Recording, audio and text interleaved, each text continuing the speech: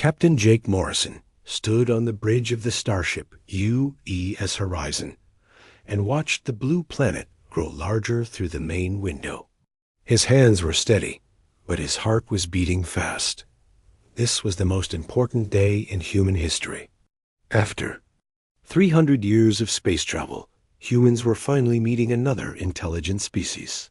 The Zalarians had sent radio signals to Earth 2 years ago. Now Jake was leading the first human team to their home planet. Dr. Lisa Grant walked up beside him and checked her tablet one more time.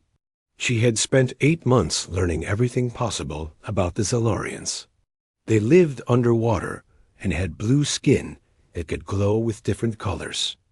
They were much older than humans as a species and had built an empire across 12 star systems. Lisa knew their language was made of light patterns and low sounds that humans could barely hear. She had worked with the translation team to build special devices that could change their words into human speech. Commander Ryan Blake was checking the security systems for the 10th time that morning. He was nervous about meeting aliens for the first time, but he would never show it. His job was to keep the human team safe. The Zalarians seemed peaceful from their messages, but Ryan had learned to be careful. He had picked 20 of his best, people to come with them to the planet's surface. They would carry no weapons because the Zalarians had asked for this as a sign of trust. Ambassador Kate Williams was reading through the diplomatic protocols again. She had been chosen for this mission because she was the best negotiator on Earth. Kate had helped solve conflicts between different human nations for 15 years. Now she had to represent all of humanity to an alien empire. The pressure was enormous, but she felt ready. The future of human civilization might depend on these first meetings going well. The ship's communication officer called out from his station. The Zalarians were sending them docking instructions. Jake ordered the crew to follow their directions exactly. The alien space station appeared on their screens as they got closer. It was unlike anything humans had ever built. The structure looked like it was made of crystal and metal that twisted together in impossible shapes. Water seemed to flow through transparent tubes that connected different sections. It was beautiful and strange at the same time. Lisa watched the readings from their sensors as they approached the docking bay. The station was filled with water instead of air. The Zalarians had prepared a special section where humans could breathe normally, but most of the station was designed for underwater life. She checked the breathing equipment one more time. Each team member would wear a device that would let them breathe underwater and speak through the translation system. Kate felt excited and scared as the ship connected to the alien station. She had practiced the greeting words in the Zalarian language hundreds of times. The sounds were difficult for human throats to make, but she could do it well enough. The first words between their species would be the most important ones ever. Spoken, Ryan suited up in his protective gear and helped the other team members get ready. The Zalarians had told them they would need to travel through water-filled corridors to reach the meeting areas. Each human wore a special suit that would protect them and let them move underwater. The suits had lights that could flash in different colors to help with communication. Jake put on his own breathing equipment and gathered his team in the airlock. Through the metal door was an alien world that no human had ever seen. He thought about all the people back on Earth who were waiting to hear about this mission. Every human alive would be affected by what happened in the next few days. The weight of responsibility was heavy, but Jake had trained his whole life for this moment. The airlock opened and water rushed in around them. The humans stepped into a tunnel made of clear material that let them see the alien architecture all around them. Fish-like creatures swam past the windows. Some of them might have been Zalarians, but it was hard to tell from a distance.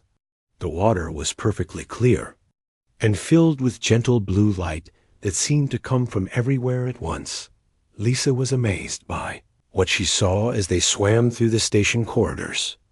The Zalarian technology was far beyond anything humans had built. Somehow they had created artificial gravity that worked underwater. Plants that looked like colored ribbons grew along the walls and moved in patterns that might have been a form of communication. Everything was designed around water and swimming, rather than walking and breathing air. The team reached a large chamber where several Zilarians were waiting for them. Jake saw his first living alien beings and tried not to stare. They were humanoid in basic shape, but clearly adapted for underwater life. Their skin was smooth and blue-green, with patches that glowed softly. They had large eyes and gill slits along their necks. When they moved their arms, graceful fins helped them swim with perfect control. One of the Zilarians approached Jake and spoke through the translation device. The voice sounded musical and strange, even after being changed into human words. "Welcome to our world, Captain Morrison. I am Commander Veltar of the Royal Guard. Princess Zara Phil is waiting to meet with your delegation. She will negotiate on behalf of our empire." Jake responded with the formal greeting that Kate had taught him. His words came out as flashing lights and low-frequency sounds through his suit's communication system. The Zilarian seemed pleased that he had made the effort to speak their language. This was a good beginning. The human team followed their alien guides deeper into the station toward their meeting with the princess, who would decide the future relationship between their species. Jake Morrison followed Commander Veltar through the winding corridors of the Royal Palace Station. The other humans had been taken to guest quarters to rest before the formal negotiations would begin. Jake was being given a special tour as the mission leader. The Zilarian architecture was even more impressive up close. Walls curved and flowed like frozen waves, and every surface seemed to pulse with gentle, bioluminescent light. The breathing apparatus felt strange on Jake's face, but it worked perfectly. He could breathe normally while swimming through the water-filled passages. His suit's propulsion system helped him keep up with Veltar, who moved through the water like he was born to it. The translation device was working well, and Jake was starting to understand some of the light patterns that served as Zilarian body language. Veltar explained the history of different sections as they swam past them. This area was built 3,000 years ago, when the first Zilarian Empire expanded beyond their home ocean. That chamber was where important trade agreements were signed with other species in their galaxy. Jake realized that humans were newcomers in a universe that had been busy with interstellar politics for millennia. They reached a section of the palace that was more private and elegant than the areas they had seen before. The walls here were made of something that looked like living coral, but glowed with internal light. Schools of small fish swam in and out of openings in the walls, as if they were part of the decoration. Veltar told Jake that they were approaching the residential areas where the royal family lived.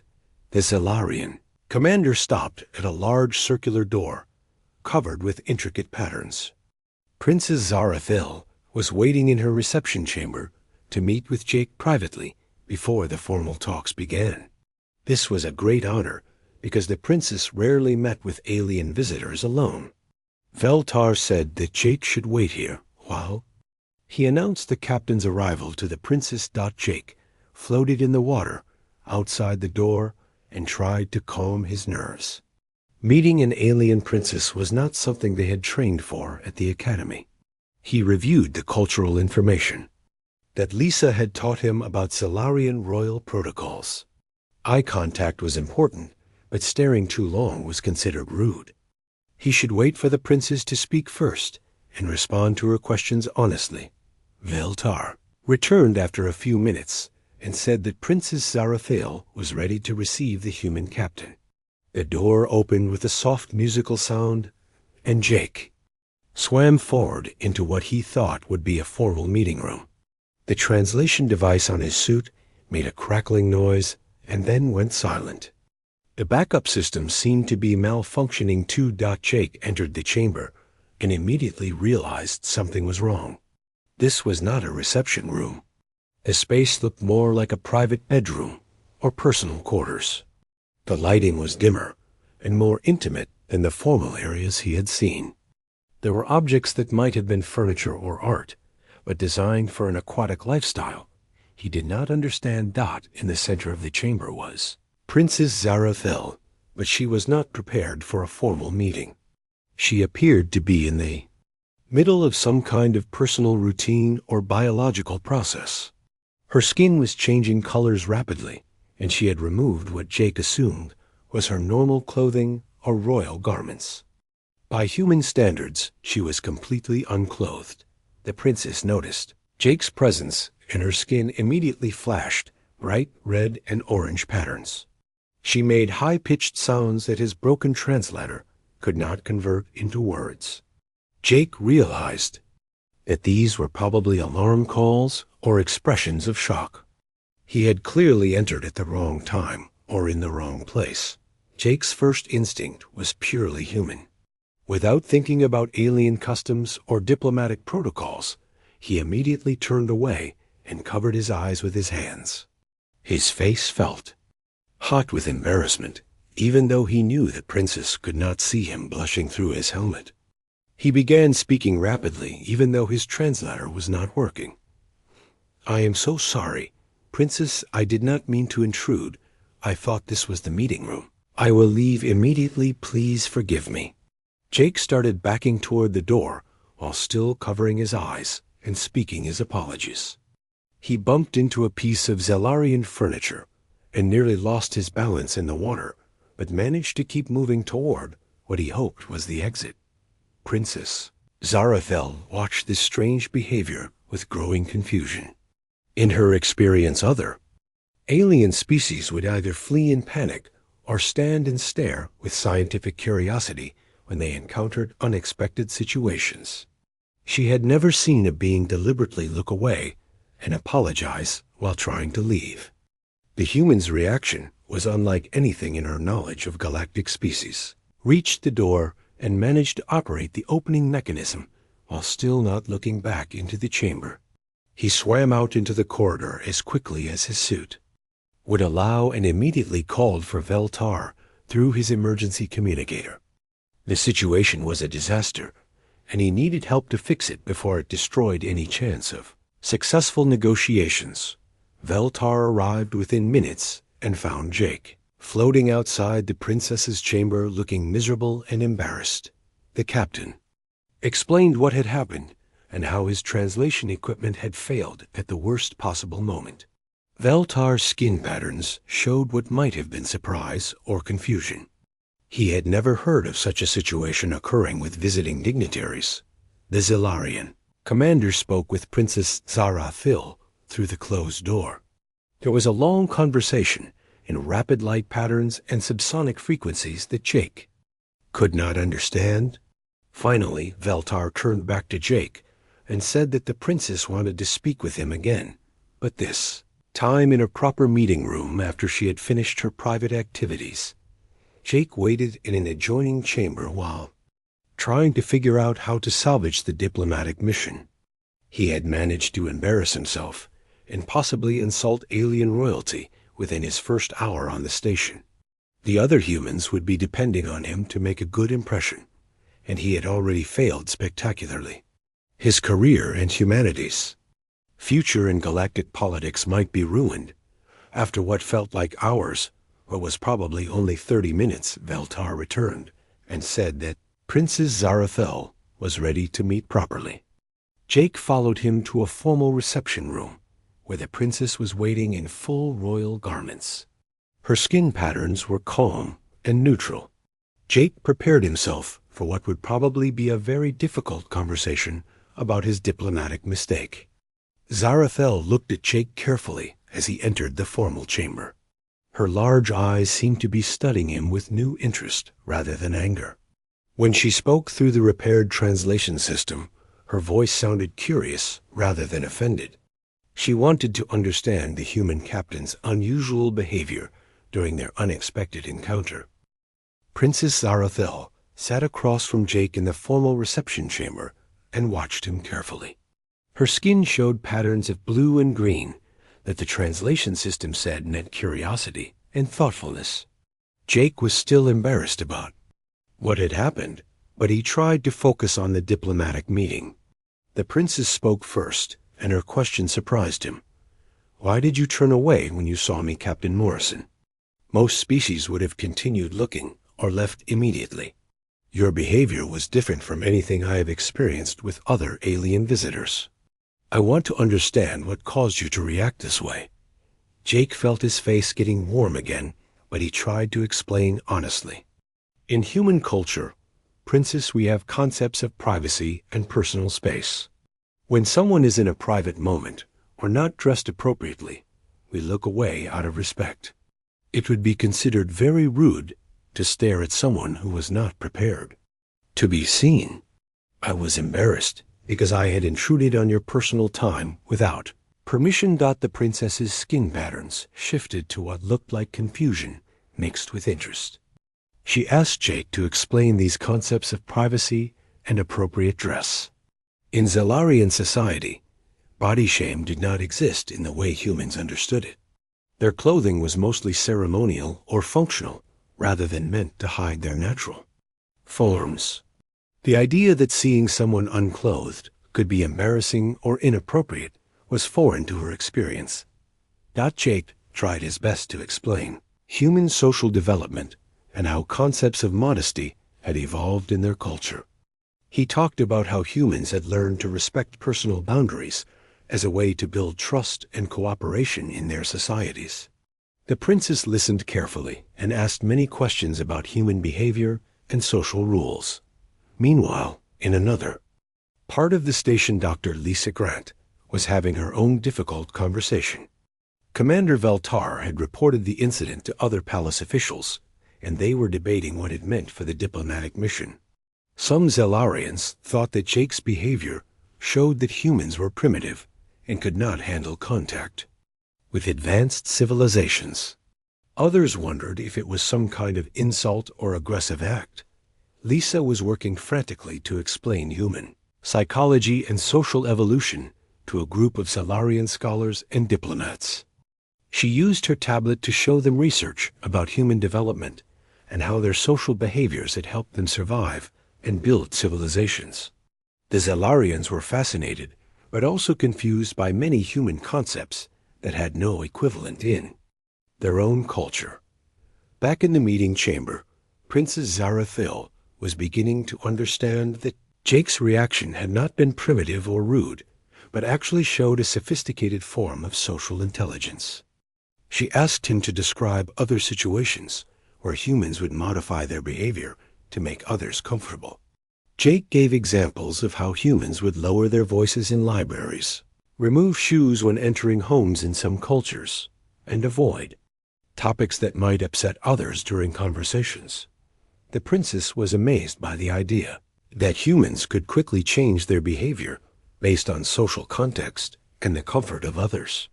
In Zalarian society and most other species she knew about, behavior was more rigid and programmed.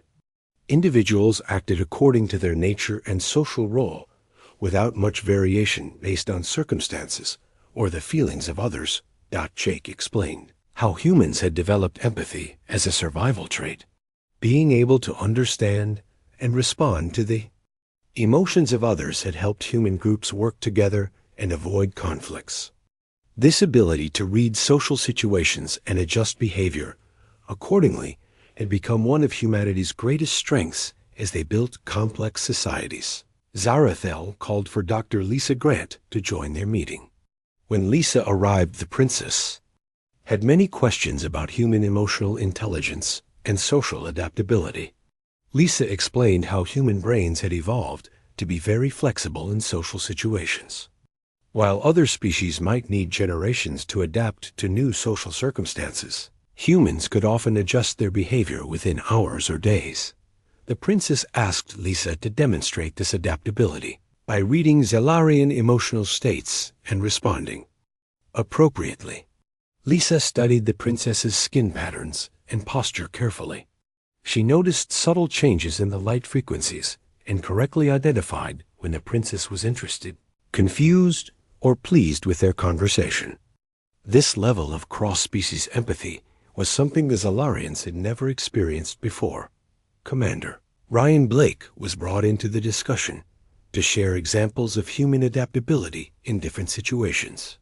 He talked about how human soldiers could learn to work with alien allies, how human traders could quickly understand new market customs, and how human explorers could survive in completely unfamiliar environments by observing and adapting to local conditions. That Ambassador Kate Williams joined the group and shared her experiences in human diplomacy. She explained how successful human negotiations often involved understanding the cultural background and personal motivations of all parties involved.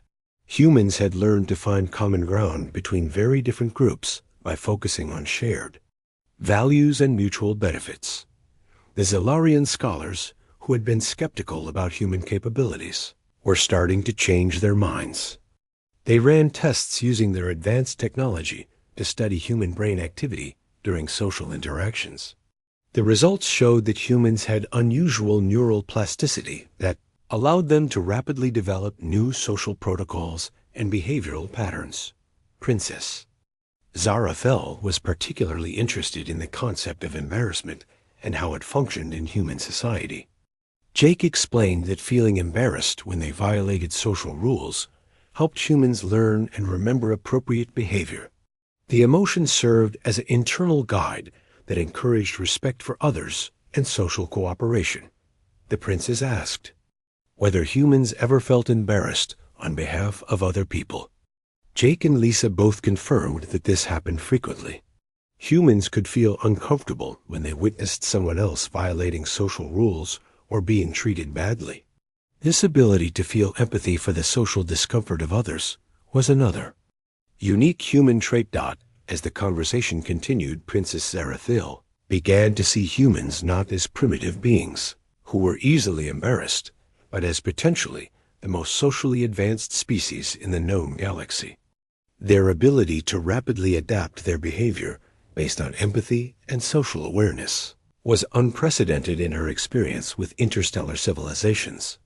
The princess made a decision that surprised everyone in the room.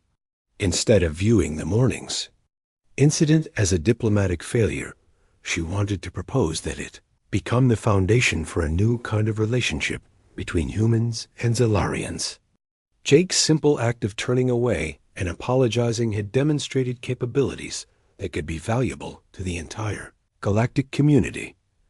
Other species in their part of the galaxy had been struggling with communication and cooperation problems.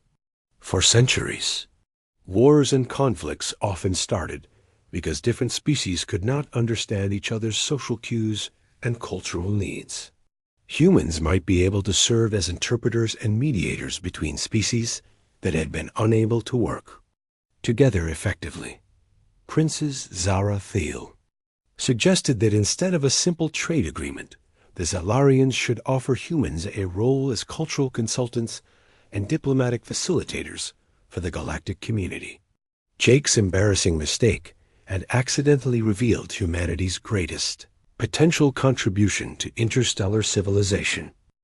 Princess Zara Thiel requested private meetings with each member of the human delegation over the following days. She wanted to understand more about human social intelligence and how it could help solve galactic communication problems. The formal negotiations were postponed while she conducted what she called cultural research sessions with Jake and his team. During Jake's second meeting with the princess, she asked him to explain human concepts of consent and personal boundaries in more detail. Jake described how humans had learned that respecting others' choices and comfort levels was essential for building trust and cooperation. He explained that good relationships required ongoing communication about what was acceptable and what made people uncomfortable. The princess was fascinated by the idea that social rules could be negotiated and adjusted based on the preferences of individuals involved. In Zalarian society, behavior was largely determined by social rank and biological programming. The concept that beings could actively choose how to interact with each other and modify those choices based on feedback was revolutionary to her thinking. Lisa Grant's sessions with Princess Zara Thel focused on human, emotional intelligence and empathy. Lisa demonstrated how humans could read facial expressions, body language, and voice tones to understand what others were feeling. She showed the princess recordings of human interactions and explained how people communicated emotions and social information without using direct words. The princess tried to practice reading human, emotional cues by watching videos of human behavior. At first, she could not tell the difference between happiness and anger or confusion and excitement. But with Lisa's guidance, she began to recognize patterns in human expression and understand how emotions influenced social interactions.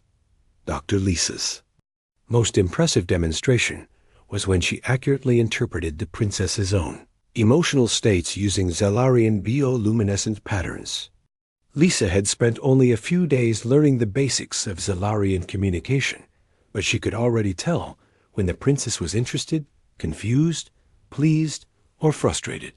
This rapid cross-species emotional learning amazed the Zellarian observers.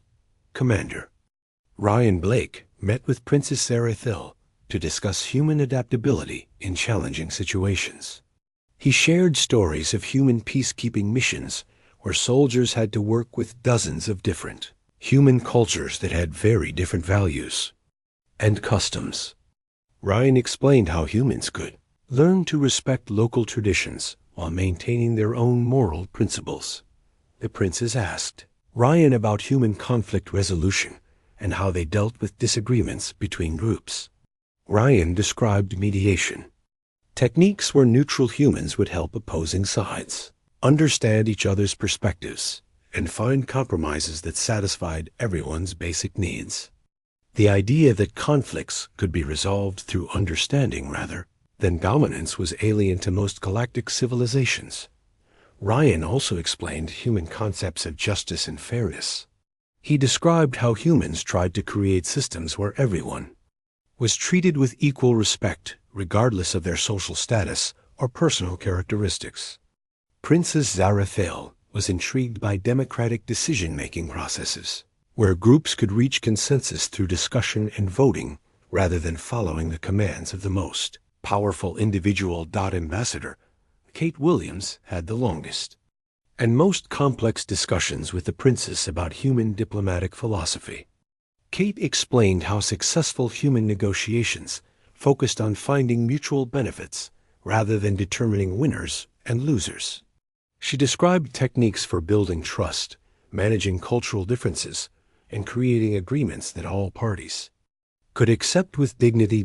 Kate shared examples of human peace treaties that had ended conflicts between groups that had been enemies for generations. She explained how human mediators would spend time understanding the historical grievances and cultural values of each side before proposing solutions. The key was helping each group feel that their core needs and identity were respected in the final agreement. Princess Zara Thel was particularly interested in Kate's descriptions of human international law and cooperation. She learned about organizations where hundreds of human nations worked together to solve global problems despite having very different political systems and cultural values. The idea that diverse groups could voluntarily cooperate for mutual benefit challenged many assumptions about how galactic politics had to work. The Zellarian research teams were conducting detailed studies of human brain activity during these cultural discussions. They discovered that human neural networks were constantly adapting and forming new connections as they learned about Zellarian society. This neuroplasticity allowed humans to rapidly develop new social skills and cultural understanding in ways that other species could not match. Princess Zara Thel arranged for the human delegation to meet with representatives from other species. In the Zellarian Alliance, the humans demonstrated their social adaptation abilities by quickly learning to communicate effectively with the insectoid Kriktar traders, the crystalline Vexani scholars, and the gaseous Mordon energy beings. Each species required completely different communication approaches, but the humans adjusted their behavior within hours. The other alien species were amazed by human flexibility and empathy. The Kriktar had been struggling to trade with the Vexani for decades because they could not understand each other's value systems. Jake and Kate were able to facilitate successful negotiations between them in just 2 days by helping each species understand what the other really needed. The Vexani scholars had academic knowledge about emotional intelligence, but no practical experience with it. Lisa Grant taught them how to recognize and respond to emotional cues from other species. This opened up new possibilities for their research collaborations with biological species that they had never been able to work with effectively before. More than energy beings communicated through electromagnetic frequencies that most species could barely detect. Ryan Blake worked with their technicians to develop new translation protocols that allowed clearer communication. His military background in signal analysis helped solve technical problems that had frustrated Zalarian engineers for years. Princess Zarathel realized that humans could serve as more than just mediators and translators. They could actually teach other species how to develop better social intelligence and empathy. Human emotional and social skills were not just useful for solving existing problems, but could help other civilizations evolve beyond their current limitations. The princess proposed a revolutionary new role for humanity in galactic society. Instead of being junior partners in the Zalarian Alliance, humans would become the first galactic cultural development specialists. They would travel throughout the galaxy, teaching other species how to improve their social intelligence and cooperation. Abilities. Jake was overwhelmed by the scope of what Princess Zarathil was suggesting. She wanted humans to become teachers and guides for dozens of alien civilizations. It was an incredible honor, but also an enormous responsibility. The decisions made in the next few days would determine humanity's place in the galaxy for generations to come. The princess assured Jake that humans would not be alone in this endeavor. The Zalarian Empire would provide technology, resources, and protection to support human cultural development missions. Other allied species would contribute their own specialties to create a comprehensive program for improving galactic cooperation. And understanding. Princess Zarathil concluded their meetings by telling Jake that his embarrassing mistake had revealed humanity's greatest gift to the galaxy. The simple human act of looking away out of respect had demonstrated social sophistication that surpassed anything achieved by species with thousands of years more technological development. The formal signing ceremony took place in the Grand Assembly Hall of the Zalarian Royal Palace. Representatives from 12 different species gathered to witness the historic agreement between humanity and the Galactic Alliance. Jake Morrison stood beside Princess Zarathil as she announced the terms of their unprecedented partnership to the assembled delegates. Instead of a simple trade agreement or military alliance, the Zalarians were offering humanity the position of chief cultural mediators for the galactic community. Humans would receive advanced technology, scientific knowledge, and protective support in exchange for their services as diplomatic facilitators and social intelligence teachers. It was a role that no species had ever been offered before. Jake felt the weight of responsibility as he signed the agreement on behalf of all humanity. Back on Earth, billions of people were watching the live transmission and celebrating this historic moment. Humanity was no longer alone in the universe, and they had found their place not as conquered subjects or junior partners, but as valued contributors to galactic civilization. Dr. Lisa Grant was appointed as the first director of the Galactic Cultural Understanding Institute. Her job would be to train humans in advanced xenodiplomacy and cross-species psychology, while also developing programs to teach social intelligence to other species. The Institute would have research facilities on multiple worlds and access to the most advanced alien technologies for studying consciousness, and communication.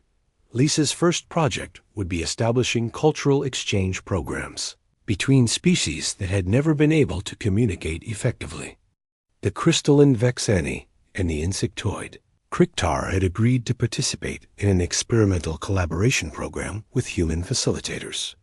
If successful, this model would be expanded to include dozens of other species pairs throughout the galaxy. Commander Ryan Blake was given command of the new galactic peacekeeping corps, with human officers serving alongside aliens from the Alliance. His military experience would be crucial for maintaining security during cultural exchange missions and protecting human diplomats working in potentially dangerous situations. The peacekeeping force would use non-violent conflict resolution techniques developed from human and alien knowledge. Ryan's first assignment would be mediating a territorial dispute between the aquatic Tulmare and the silicon-based Zephyron that had been ongoing for over 2 centuries. Previous attempts at negotiation had failed because neither species could understand the other's concept of territory and resource ownership. Human mediators would try to find common ground between their fundamentally different ways of thinking about space and possession. Ambassador Kate Williams became the first human representative to the Galactic Council with full voting rights and diplomatic immunity. Her role would be advocating for human interests while also serving as a neutral mediator for disputes between other council members. Kate would split her time between the council chambers and field missions, where her negotiation skills were needed most urgently. Kate's diplomatic training program would teach selected humans the complex protocols and cultural knowledge needed for working with dozens of different alien species. The program would combine traditional human diplomatic techniques with new methods, developed specifically for cross-species communication. Graduates would serve as cultural attaches at embassies throughout the galaxy. Princess Zarathel personally oversaw the technology transfer programs that would bring human civilization up to galactic standards within a generation. Humans would receive advanced medical technology that could extend lifespans and eliminate most diseases. Transportation systems would allow humans to travel between star systems as easily as they once traveled between continents on Earth. Most important technology transfer involved communication and translation systems. Humans would receive neural interface devices that would allow them to communicate directly with any alien species through thought rather than speech. This would eliminate the misunderstandings that had caused conflicts between species for millennia and allow humans to work more effectively as mediators. 6 months after the signing ceremony, Jake Morrison found himself leading a team of human mediators to resolve a crisis between 3 species that had been fighting over mining rights in a disputed star system. The conflict had escalated to the point where military action seemed inevitable. Traditional galactic diplomacy had failed to find a solution that all parties could accept. Jake's team spent 2 weeks learning about each species' culture, history, and fundamental values. They discovered that the conflict was not really about mining rights, but about deeper issues of respect, security, and identity. Each species felt that their way of life was being threatened by the others, and they were fighting to protect what they saw as essential to their survival, using techniques developed at the Cultural Understanding Institute. Jake's team helped each species understand the other's perspectives and fears. They facilitated discussions where representatives could express their concerns without being attacked or dismissed. Gradually, the 3 groups began to see each other as fellow beings with legitimate needs, rather than enemies to be defeated. Final agreement involved creative solutions that human imagination had made possible. Instead of fighting over mining rights, the 3 species would form a joint venture, where each contributed their unique strengths to the operation. The profits would be shared according to a formula that reflected each group's contributions and needs. More importantly, the agreement included cultural protection clauses that guaranteed each species could maintain their traditional ways of life Dr. Lisa Grant's research programs were producing remarkable results in understanding consciousness and communication across species barriers. Her teams had developed new models of intelligence that explained how different types of minds could work together effectively despite processing information in completely different ways. This research was leading to breakthroughs in artificial intelligence and computer science that benefited all aligned species. Lisa's cultural exchange programs were creating the first generation of truly multicultural galactic citizens. Young beings from different species were learning to think and communicate across traditional boundaries.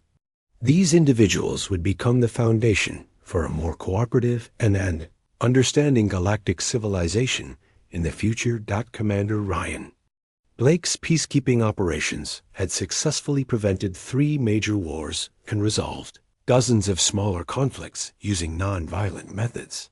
His forces were invited to mediate disputes throughout the galaxy because their reputation for fairness and effectiveness had spread among many species. The peacekeeping course was becoming a model for how diverse groups could work together for mutual security. Ambassador Kate Williams had helped restructure the Galactic Council to be more democratic and inclusive. Smaller species that had been dominated by larger empires were given more voice in council decisions. New voting procedures ensured that all perspectives were heard before important decisions were made. The council was becoming more effective at solving galactic problems because it could draw on the wisdom and creativity of all member species. 2 years after his embarrassing encounter with Princess Zara Fel, Jake Morrison was appointed as the first human Director General of Galactic Cultural Affairs. His job was overseeing all human cultural mediation and education programs throughout the galaxy. It was a position of enormous influence and responsibility that placed humanity at the center of galactic politics and diplomacy. Jake often reflected on how a moment of profound personal embarrassment had become the foundation for humanity's rise to galactic prominence.